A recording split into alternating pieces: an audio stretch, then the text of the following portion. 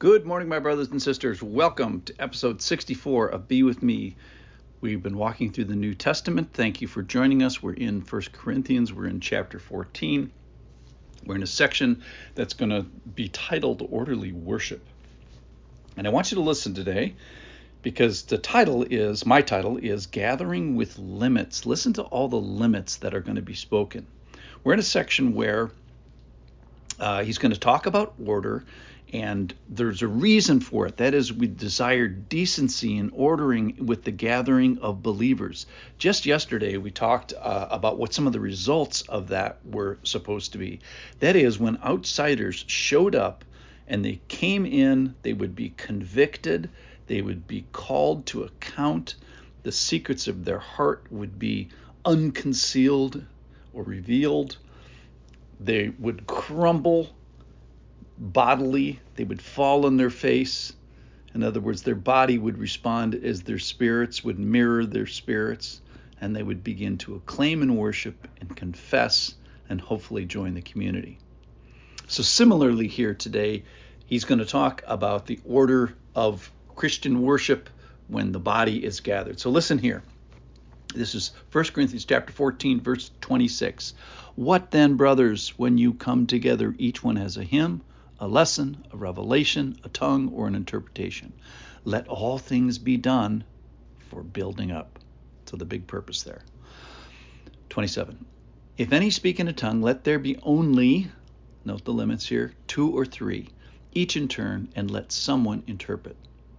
But if there's no one to interpret, let each of them keep silent in church and speak to himself and to God.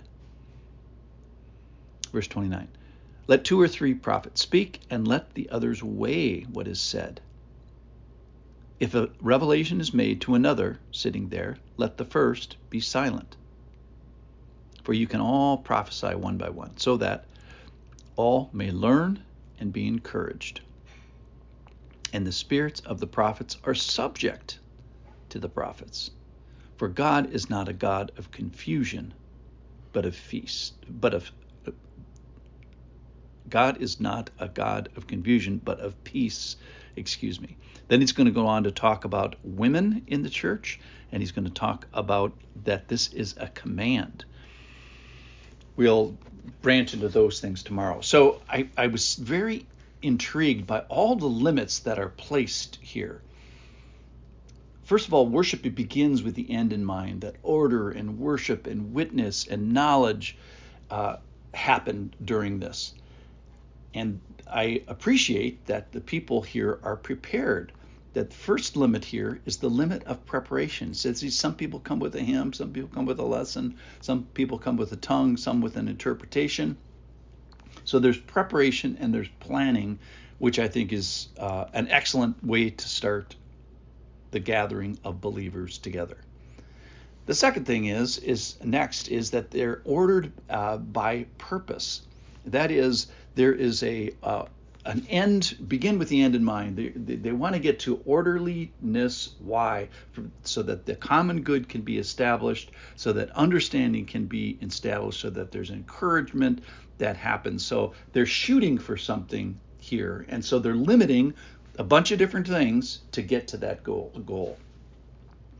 They're limited here by the word. Paul is going to say tomorrow, I didn't read it for you here today, that I'm writing a command of the Lord here, so that this whole thing is constrained by the word, not by opinion. This is this process, and this is a plan of God that He wants us to know. It's a command, not a suggestion. Next is it's limited by time. So he's talking about the order of the service, that if there's tongues, then there needs to be interpretation. If there's no interpretation, then there should be no tongues. Why? Because it's limited by understanding. He wants to build up the body, and there's no tongues without an interpretation, because that doesn't build up the body. It doesn't say you can't speak in tongues on your own. Just in this environment, in this structure, tongue speakers are to be silent unless there is accurate interpretation. Next, it's limited by discernment. So prophetic speech he's going to talk about here is going to be weighed by other prophets. So there's this guarding of the truths, and the primary responsibility of these prophets and church leaders and this process that we're describing here today is to describe and even defend what is taught.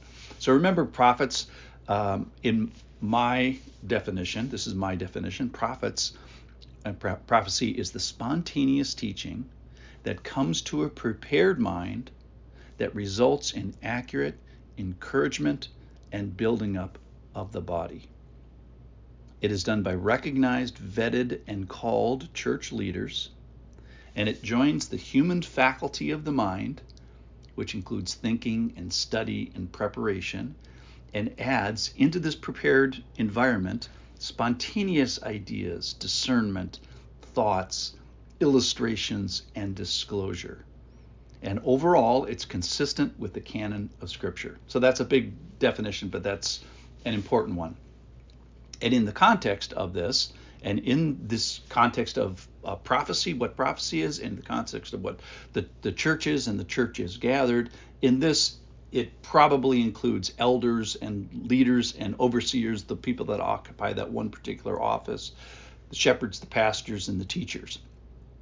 All right, so we see here that all these limits here, we have limitations of, we're limited by the word, we're limited by purpose, we're limited by time, we're limited by focusing on understanding, we're limited by discernment of the particular gifts, specifically like prophecy, and we're limited by people's giftedness. That is that prophets, non-prophets shouldn't be speaking prophetically. You don't have a green light just to do everybody in his own way. Everybody is supposed to be examining himself, discerning, judging yourself.